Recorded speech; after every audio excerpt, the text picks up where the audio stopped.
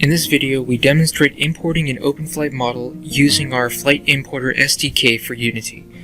When you download Unity out of the box, it doesn't have support for OpenFlight models, but using our Flight Importer, you can easily load these models into Unity.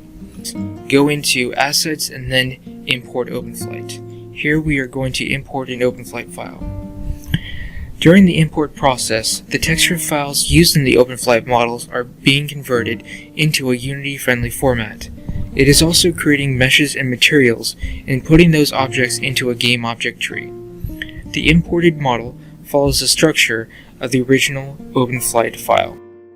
Scripts are attached to some game objects to recreate the same functionality found in OpenFlight. For instance, here in the level of detail node, there is a level of detail script attached to it. The level of detail script deactivates or activates certain game objects based on their distance to the camera. On a switch node, there is a switch script attached to it. The switch script is used to represent switch nodes in Unity. This switch node could be useful for conveying the fact that this tank is immobilized. On a degree of freedom node, there is a degree of freedom script attached to it. Degree of freedom script is useful for moving articulated parts. The imported model is in the resources folder.